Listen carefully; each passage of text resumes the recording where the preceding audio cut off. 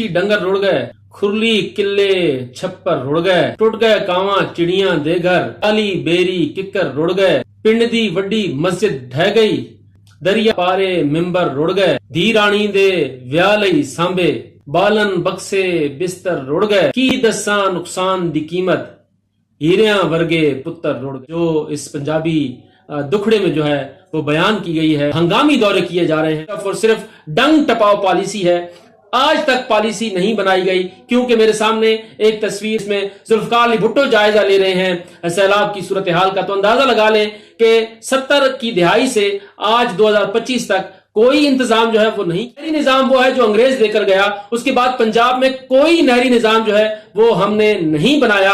Dams की सूरत हाल ये है कि इसके ऊपर अगर बात करें तो एक तनाजा खड़ा हो जाता है, कहां तबाही जो है वो नहीं बची। सैलाब अब जाएगा सिंध की तरफ, जो वो तबाही निकालेगा वो एक अलग ही मामला है। अब सिंध की बात कर लेते हैं। सिंध में अगर पानी नहीं जाता तो भी मसला, और अगर पानी चला जाए तो भी मसला।